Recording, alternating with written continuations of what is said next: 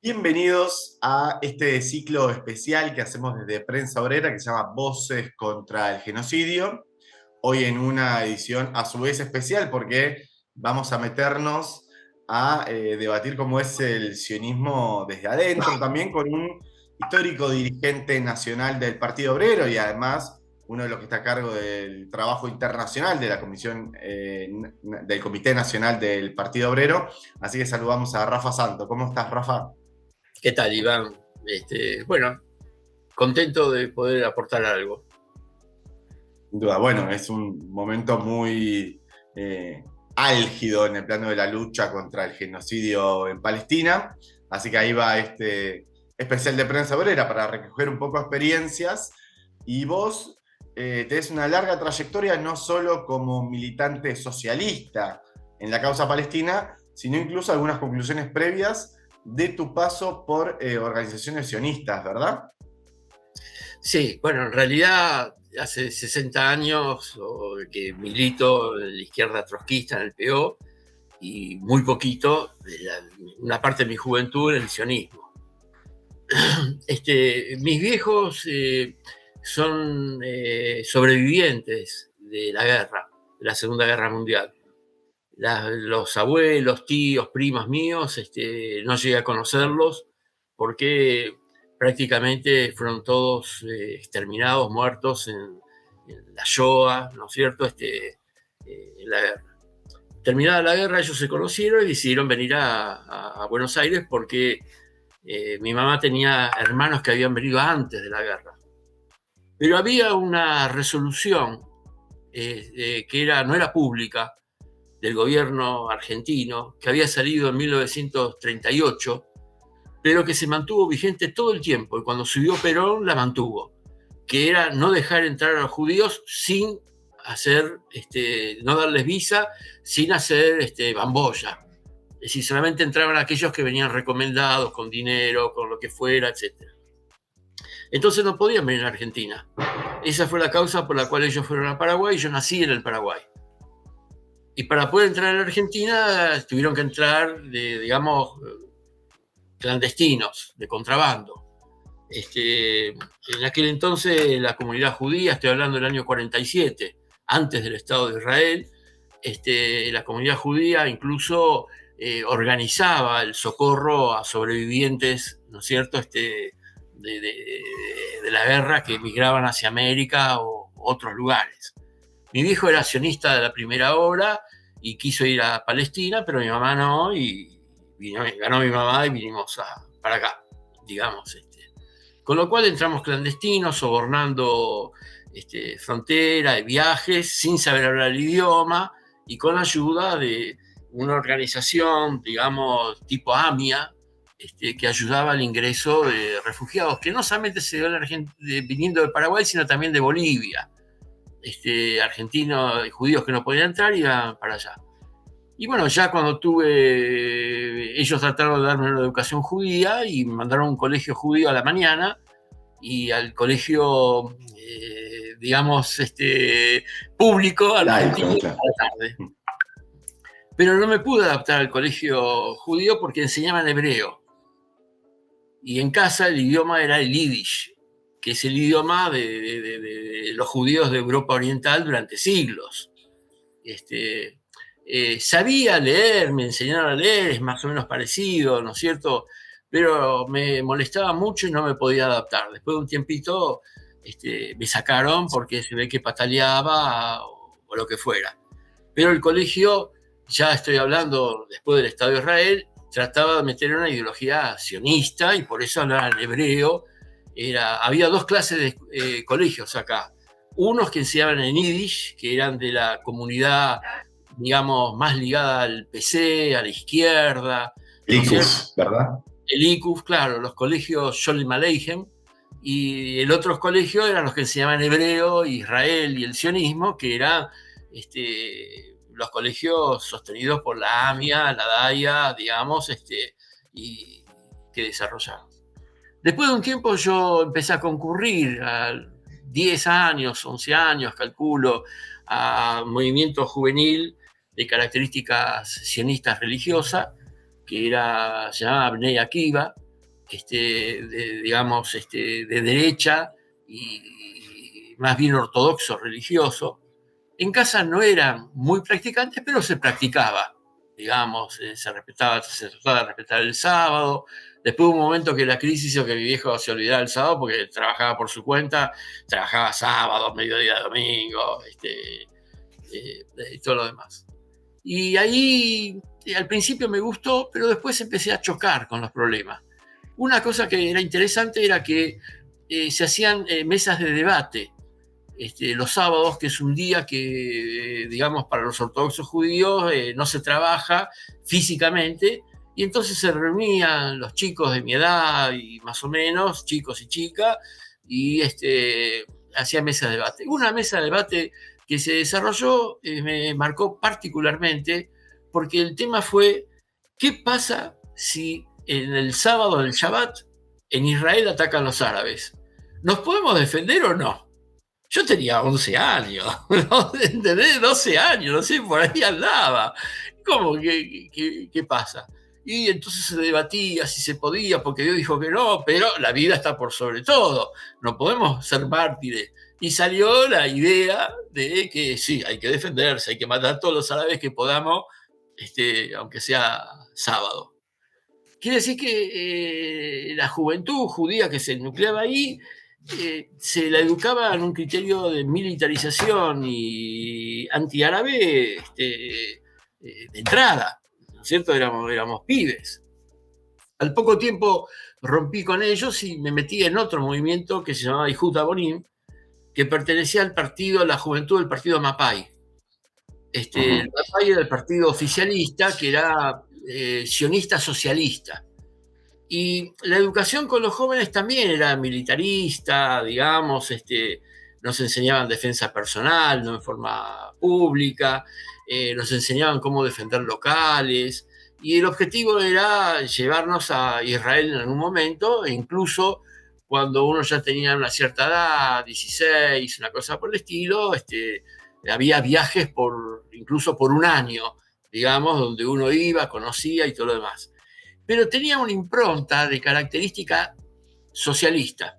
Se leía Marx, se leía Engels, se discutía el problema de la familia, el problema de la propiedad privada, todo lo demás, y el movimiento aparecía como un movimiento muy, muy marcado, este criterio, donde se estaba construyendo el socialismo en Israel contra incluso los árabes que eran semifeudales, digamos, la reacción en toda la línea, ¿no es cierto?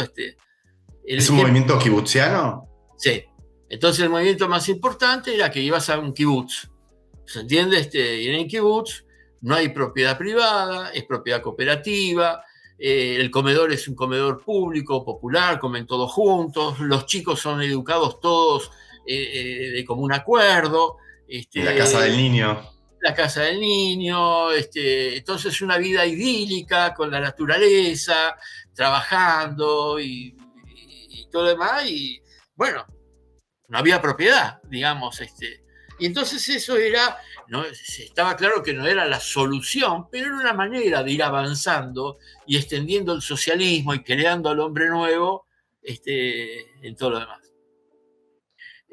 Ahí con un grupo de jóvenes empezamos a discutir. Incluso la preocupación era por qué, viviendo en la Argentina, no interveníamos en forma abierta contra la derecha en la Argentina.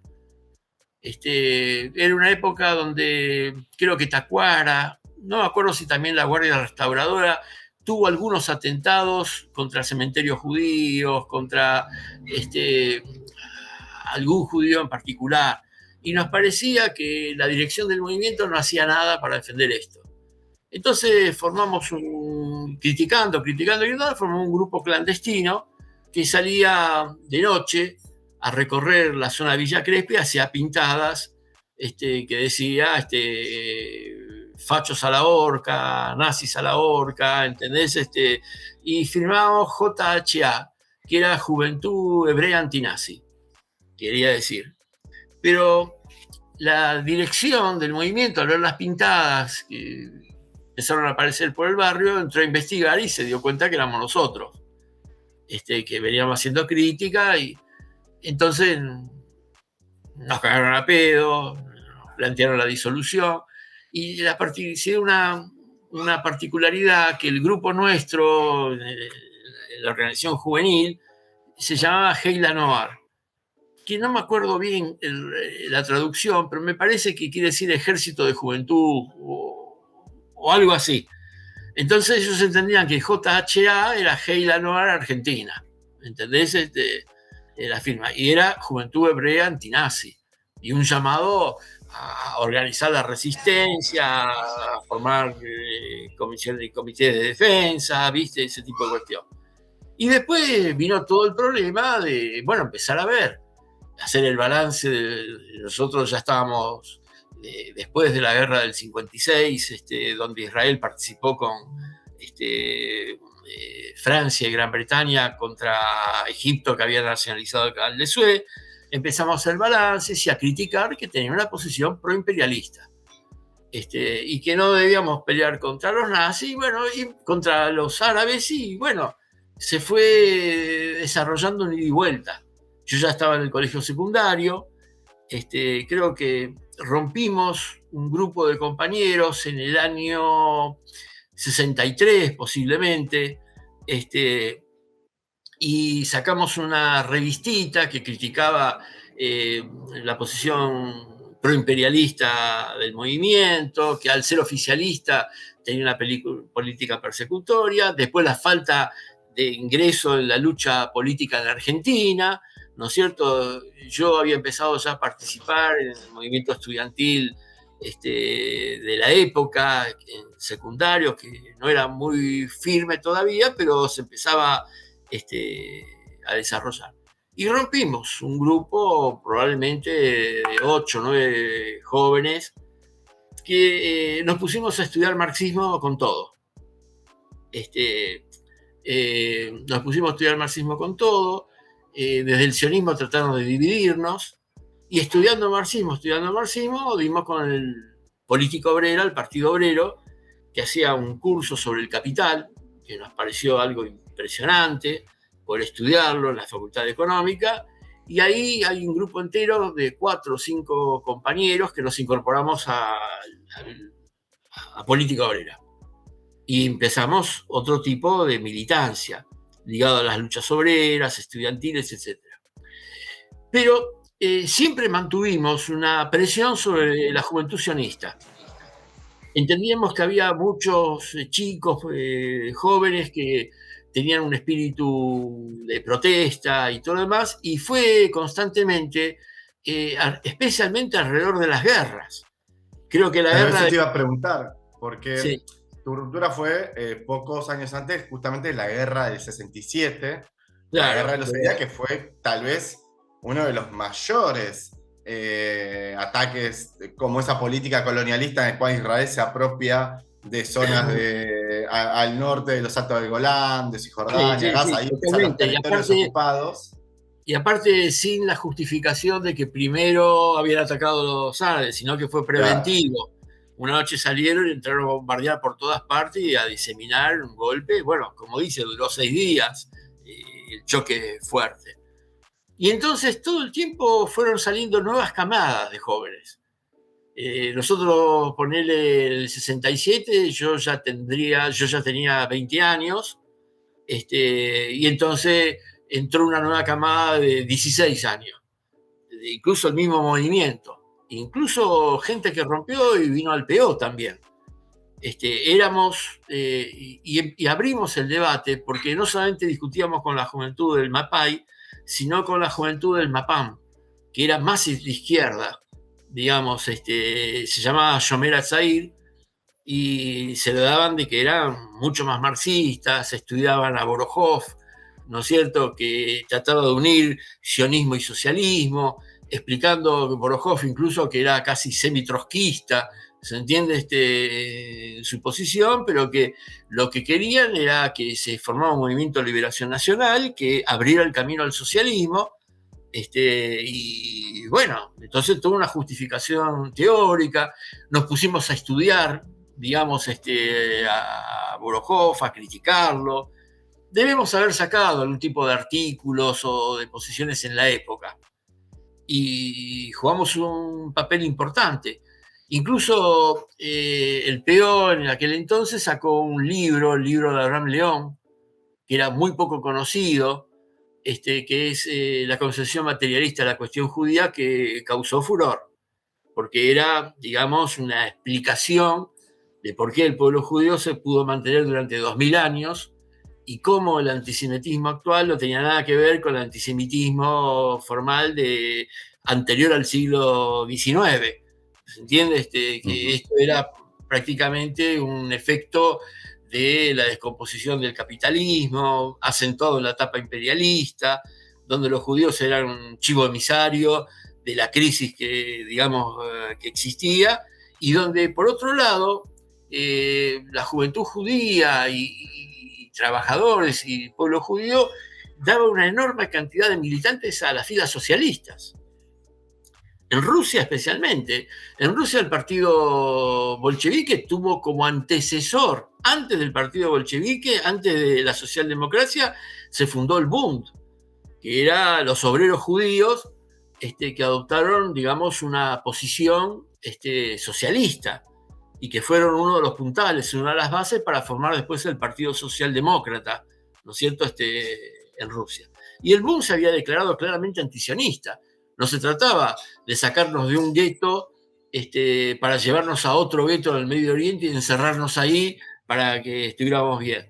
Y aparte iba denunciando de que esto dividía a los pueblos de la zona, la lucha antiimperialista, es decir, y en la Argentina también, una parte muy grande, en los partidos de izquierda, hay muchísimos activistas y dirigentes, especialmente provenientes del movimiento estudiantil, que eran de origen judío y sionista, que a la luz de la guerra del 67, después de las otras guerras que vinieron, cada vez que había una guerra, se armaba una crisis y había una ruptura.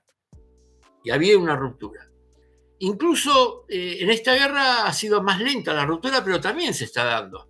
Porque se produjo un reagrupamiento que nosotros hemos impulsado de Judíes por Palestina, ¿no es cierto?, adoptando una posición antisionista, ¿no es cierto?, clara, y ahora hay más signos de que los jóvenes judíos comienzan a reflexionar.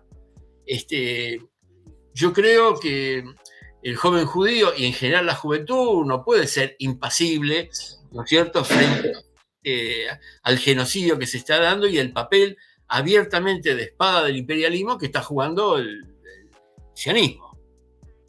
Bueno, retomo un poco esta última conclusión que planteas a la luz de dos cosas que me dijiste que me parecen interesantes.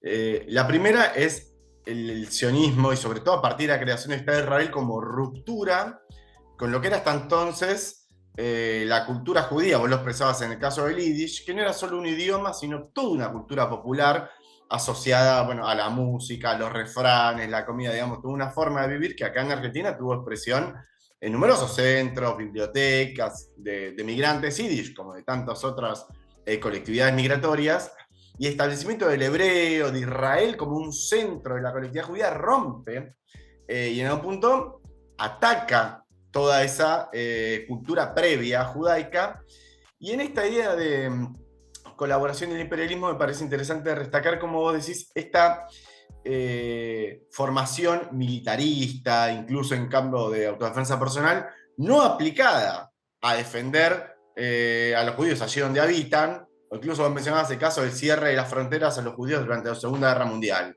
La colectividad judía argentina, pero sobre todo yanqui, financiaba el movimiento migratorio a Palestina, no peleaba para que abran las fronteras de Estados Unidos al ingreso de sus correligionarios, por así decirlo, del resto de la colectividad. Entonces es muy marcado como esa incluso organización de autodefensa estaba dirigida a ir a la Palestina histórica contra los árabes, ni siquiera después tuvieron sus choques previo al mandato británico, y bueno, y después ya vino el Estado de Israel, pero esa organización, entre comillas, socialista, tenía ese organismo de autodefensa, es decir, directamente de confrontación con los pueblos de la zona, cuando por tradición histórica el socialismo es lo contrario, es la hermandad, el proletario de todos los países unidos, digamos, la hermandad de los pueblos. El socialismo es incompatible con ese carácter esencial del socialismo. Esa circular que yo te hice comentario se mantuvo hasta el año 2005-2006. Recién en ese momento era una circular no pública, pero que tenían todos los consulados y embajadas de todos los países, y que se respetaba relativamente porque se había transformado en un elemento de corrupción. Vos sabías que tenías que ir al consulado y decir, bueno, hay tanta guita, bueno, tomá visa, entrá. Sí. ¿Entiendes? Para poder entrar. El que no tenía la guita no entraba, sin decir por qué, o sí, viste, pero recién en 2006 se derogó la resolución. El diario La Nación sacó una nota creo que en el 2020, relatando toda esta historia y cómo duró. Es decir, que el gobierno de Perón subió y bueno, viste, todo, pero incluso el que era jefe de política de migraciones del gobierno de Perón era un antisemita muy destacado. Uno de los libros de él es uno de los libros más antisemitas, creo que se llama La influencia de los judíos en Argentina, una cosa por el estilo, que no tuvo mucho eco, evidentemente, yo no leí el libro, sino por referencia. Ahora, el problema es que el sionismo en aquel entonces capturaba a la juventud judía argentina en gran parte por las banderas socialistas. Y eso se ha perdido completamente. Hoy nadie en Israel, ningún partido de Israel plantea nada de socialismo. Al revés, son todos hiperimperialistas, ¿se entiende? Y aparte el Estado de Israel se ha dedicado más que la Escuela de las Américas en su momento a formar y apoyar todos los regímenes contrarrevolucionarios, incluso antisemitas. La dictadura argentina, para empezar. El Estado de Israel ayudó a la dictadura argentina, a los métodos de tortura, de represión, tuvo una educación especial, cuando acá el porcentaje de judíos respecto al total de desaparecidos es mucho más alto que cualquier otra etnia, ¿no es cierto?, que pueda existir. Pero lo mismo hizo en Guatemala, en Sudáfrica, claro, en Chile, en todos los lugares. Entonces, la épica con la cual fue atraída una parte de la juventud, épocas de flamear de bandera socialista, después en el 59 con Cuba, ¿no es cierto?, pero ha desaparecido por completo, ha quedado en forma desnuda el rol contrarrevolucionario y proimperialista que juega el sionismo en Israel. Bueno, de hecho, en la dictadura argentina, que como decís tuvo en alto, se calcula más de 2.000 judíos desaparecidos, torturados, asesinados por los militares en Argentina, la DAIA le dio la espalda, cuando efectivamente surgió también, como la experiencia que vos contabas, desprendimientos. Acá en La Plata, por ejemplo, existía la Juventud Judía Independiente, que durante la etapa final de la dictadura salía a ser pintadas y demás por la democracia, contra la dictadura, también contra el antisemitismo propio de la junta militar. Ahí también se dio un poco esa ruptura que vos planteabas de, bueno, mira, nosotros vivimos acá, vivimos en Argentina, estamos sufriendo esto, la colectividad judía está sufriendo una situación a la cual la dirigencia sionista le da la espalda. Claro. No, eso fue para nosotros vital, porque éramos pibes, que no sé, 12 años, 13 años, pero salíamos a pintar con un par de campanas, ¿viste? Como se dice, y preparado con algún palo por si venían los fachos a cerrar la pintada y poder defenderlo. Y viene la dirección del movimiento, que hizo una investigación, y no sé por dónde se dio cuenta, pero había indicios, nosotros protestábamos y aparecía la vida, y nos disolvió. Y ese fue el inicio también, entonces, de un espíritu crítico, ¿entendés? Entonces, la militarización, el tipo de debate. Los más derechistas, el debate fue directo. ¿Cuántos árabes podemos matar? ¿Está permitido? ¿Entendés? No había ningún problema ideológico ni nada, sino que acá era árabes o judíos. Y los judíos somos los perseguidos, entonces vamos a matar a los árabes. Para lo mí peor...